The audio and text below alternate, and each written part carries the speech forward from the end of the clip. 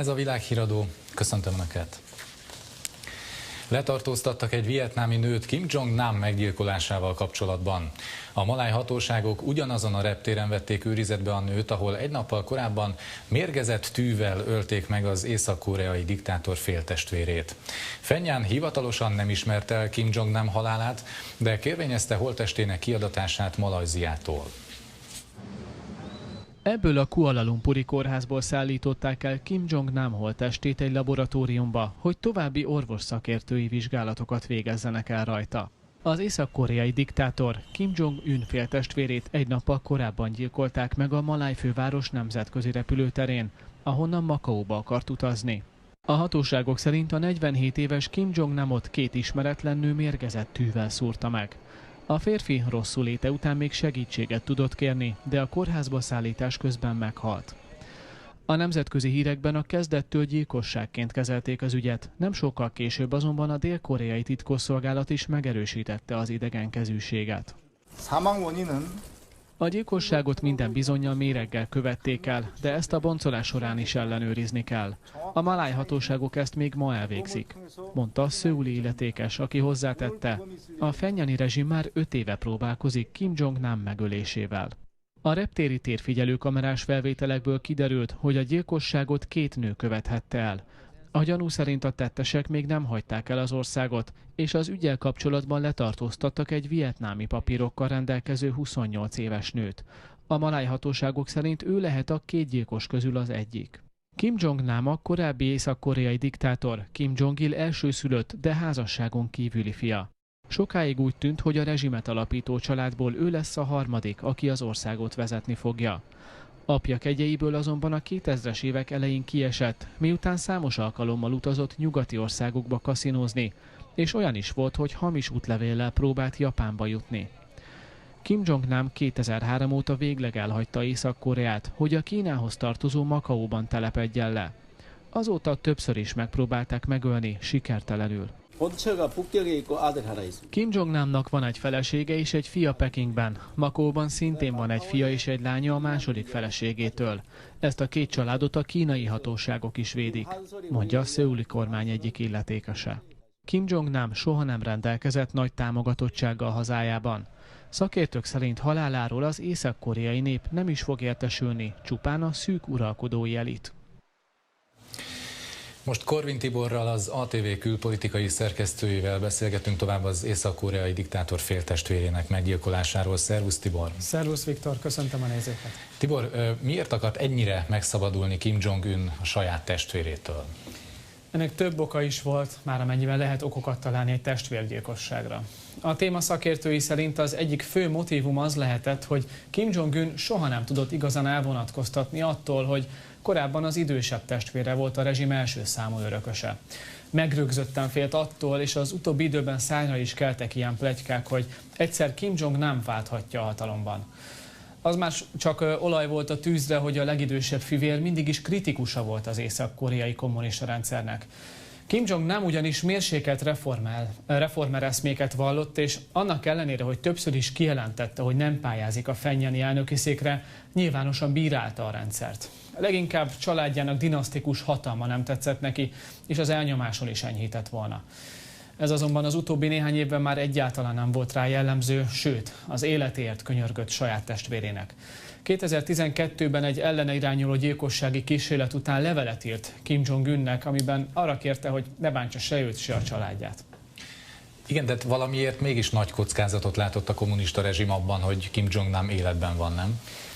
Ha más miatt nem is, azért biztosan aggódhattak Phenjanban, hogy Kim Jong-nam rengeteget tudott a kommunista rendszer bűneiről és titkairól. Az 1990-es években állami tisztséget is viselt, az volt a feladata, hogy az állami tulajdonú gyárak pénzügyeit ellenőrizze. Ekkoriban több kivégzést is végignézett, és feltehetően ezek hatására ábrándult ki saját apja politikai rendszeréből. A 2000-es évek elején el is költözött Makaó szigetére, hol az állítólag több milliárd dolláros családi számlák igazgatásával bízták meg. Itt az volt a feladata, hogy a Kim család egyre gyarapodó vagyonát valahogy úgy kozmetikázza, hogy mégis legálisnak tűnjön. Tibor, azt jól tudom, hogy nem ez volt az első családi gyilkosság az észak-koreai rezsim életében? Egyáltalán nem. A Kim dinasztiára mindig is jellemző volt, hogy nem riad vissza a saját családtagjai meggyilkolásától. Legutóbb 2013-ban volt hasonló eset, akkor Kim Jong-un nagybátyját, Chang Song-teket tették el lábalól egyik napról a másikra. Ez a gyilkosság abból a szempontból ráadásul váratlanabb volt, hogy a férfi nagyon komoly állami vezető tisztséget töltött be, a legfelsőbb szűk elit tagja volt, és egyáltalán nem élt olyan deviáns életet, mint Kim Jong-nam például. De hogy egy másik esetet is említsek, 1997-ben az akkor még élő Kim Jong-il kivégeztette az egyik unokahúgát, aki évekkel korábban dezertált Dél-Koreába. Őt a fővárosban, Szöulban kapták el az északi ügynökök. Korvin Tibor, köszönöm szépen. Köszönöm. A Krím-félsziget sorsa kapcsán feszült egymásnak Washington és Moszkva. A fehérházi szóvivő azt mondta, Donald Trump elvárja, hogy Oroszország visszaadja Ukrajnának az elcsatolt félszigetet. Az orosz külügyi szóvivő erre azt mondta, Moszkva az Orosz Föderáció részének tekinti a Krímet, és nem fogja visszaadni azt Kijevnek. A tárca szerint egyébként már a héten találkozhat az új amerikai és az orosz külügyminiszter. Rex Tillerson és Szergej Lavrov a tervek szerint a G20-ak külügyminisztereinek németországi találkozóján egyeztethetnek. Jóváhagyta az Európai Unió és Kanada közötti szabadkereskedelmi megállapodást az Európai Parlament. Elemzők várakozásai szerint az egyezmény elősegítheti a növekedést és a munkahelyteremtést az Unióban és Kanadában is. A megállapodás ellenzői azonban azt mondják, hogy a lépés csak tovább korlátozza a nemzeti kormányok mozgásterét. Demonstrálók és a Greenpeace tiltakozó aktivistái várták az Európai Parlament épületénél azt, hogy a képviselők az Unió és Kanada közötti szabadkereskedelmi megállapodásról szavazzanak. Az épületen kívül zajló tiltakozások ellenére az EP-ben meggyőző többséggel fogadták el a javaslatot. 408 igen szavazat mellett 254 ellenszavazat volt, 33 képviselő pedig tartózkodott. A szabadkereskedelmi megállapodást több éves tárgyalásokat követően tavaly októberben írták alá. Az egyezmény támogatói szerint a vámok és más akadályozó tényezők lebontása mindkét fél számára gazdaságélénkítő hatású lesz. Egyebek mellett munkahelyteremtést is várnak attól. A megállapodás egy lehetőség. Most megmutathatjuk a világnak, hogy az EU nyitott az üzleti lehetőségek irányába. De lehetőséget jelent a kisvállalkozásoknak is, hogy több munkahelyet hozhassanak létre. Ez lehetőséget jelent nem csak a kiváltságos néhányaknak vagy a multicégeknek. Ezért támogatjuk az egyezményt, fogalmazott egy brit konzervatív képviselő. Az ellenzők ugyanakkor arra hívják fel a figyelmet, az egyezmény tovább szűkíti a nemzeti kormányok mozgásterét. A vámok felszámolása miatt az Unióban több százezer munkahely fog megszűnni, ebből több tízezer Franciaországban. A mezőgazdaságot már most is rendkívül megviselték a szabadkereskedelmi egyezmények. Ez a terület most még egy lökést fog kapni az ördögi körben lefelé, mondta Marine Le Pen. De nem csak gazdasági, hanem környezetvédelmi szempontokból is komoly kritika érti a megállapodást. Egyes megfigyelők azt mondják, a most megkötött egyezmény a leginkább szennyező, fosszilis energiahordozók használatára ösztönöz. 500 amerikai katona érkezett kedden Romániába harckocsikkal és más felszerelésekkel. Az egyenruhások a 4. gyalogos hadosztály 3. páncélos dandárjának tagjai. Állomáshelyük a colorádói Fort Carson katonai bázis. Még tavaly küldték őket Európába, hogy megerősítsék a NATO keleti szárnyát. A következő 9 hónapban egy Fekete-tengerhez közeli román légitámaszponton teljesítenek szolgálatot rotációs alapon. A NATO-nak azután romlott meg a viszonya Moszkvával, hogy Oroszország elcsatolta Ukrajnától a Krím-félszigetet és támogatta az orosz barát lázadást. A NATO azóta fokozta a hadgyakorlatainak számát Kelet-Európában, hogy megnyugtassa szövetségeseit. Demonstrálók rohamozták meg az egyik tévécsatorna székhelyét Beirutban. Az indulatok azután szabadultak el, hogy a tüntetők szerint a csatorna megsértett egy síita imámot.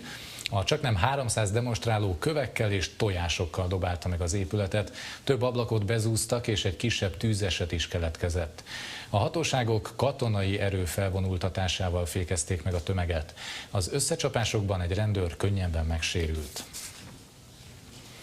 A második fordulóban dőlhet el a dzsakartai kormányzóválasztás, mert részeredmények alapján az első körben egyik jelölt sem szerezte meg a szavazatok felét. A versenyt a hivatalban lévő kormányzó vezeti, aki a muzulmán többségű város történetének második keresztény vezetője. Kiélezte a vallási ellentéteket a dzsakartai kormányzó választás. A hivatalban lévő városvezető egy kínai származású keresztény. A szavazók döntése határozza meg Dzsakarta jövőjét, ezért remélem, hogy mindenki részt vesz a voksoláson, mondta a kormányzó. A politikus szeptemberben azzal vádolta meg ellenfeleit, hogy egy korán idézettel biztatták az embereket arra, hogy ne rávoksoljanak. Emiatt istenkáromlás vágyával pert indítottak ellene. Megértem és átérzem, min megy keresztül. Szerintem nem sértette meg az iszlámot és nem követett el istenkáromlást, mondta egy szavazó. Novemberben muzulmánok tömeget tüntetett a fővárosban a kormányzó ellen. A politikus egyébként 2014-ben örökölte meg hivatalát elődjétől, akit Indonézia elnökévé választottak. Az első fordulót részeredmények alapján a hivatalban lévő kormányzó nyerte. Két muzulmán kihívója közül a volt oktatási miniszter lehet a második, kevéssel lemaradva tőle. Optimisták vagyunk. A kampányunk sikeres volt az elmúlt 5-6 hónapban. Hálásak vagyunk azoknak, akik értünk imádkoznak, mondta a jelölt. Harmadik helyen az ország előző elnökének idősebb fia végezhetett.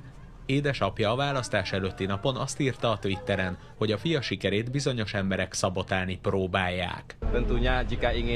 Ha változást akarunk az általunk szeretett fővárosban, akkor részt kell vennünk az ezért folytatott harcban, mondta a jelölt. Indonézia a világ legnépesebb muzulmán többségű országa. A fővárosi kormányzói hivatal ugródeszka lehet az elnökséghez. A hivatalos végeredményeket 2 hét múlva tehetik közzé. Egyetlen misszióval 104 műholdat juttatott a világűrbe India, ami az ország űrügynöksége szerint világrekord. Ezek közül 101 külföldi tulajdonú, mert az ország nagyobb részt akar a 330 milliárd dolláros globális űriparból. Az indiai miniszterelnök a Twitteren gratulált a műholdak fellövéséhez. A kormányfő már többször dicsérte a tudósokat, akik 3 éve űrszondát küldtek a Marsra, amely első próbálkozásra a Vörös bolygó körüli pályára állt.